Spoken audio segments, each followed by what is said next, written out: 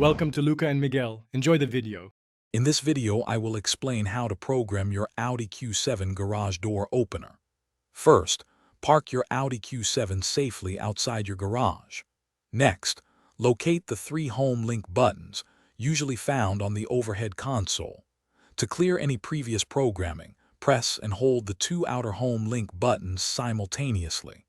Continue holding for approximately 20 seconds until the indicator light begins to flash rapidly. This ensures a fresh start for your new programming.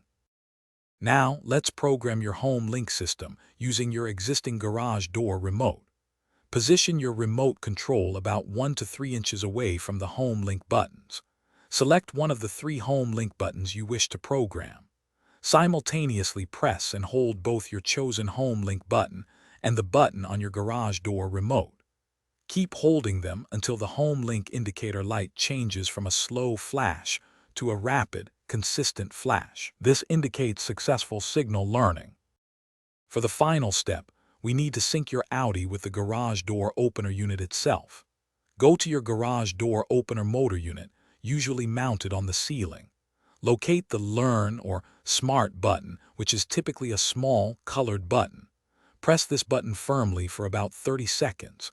Immediately return to your Audi Q7 and firmly press the home link button you just programmed 3 times.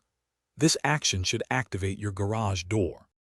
If you encounter any issues, here are a few helpful tips.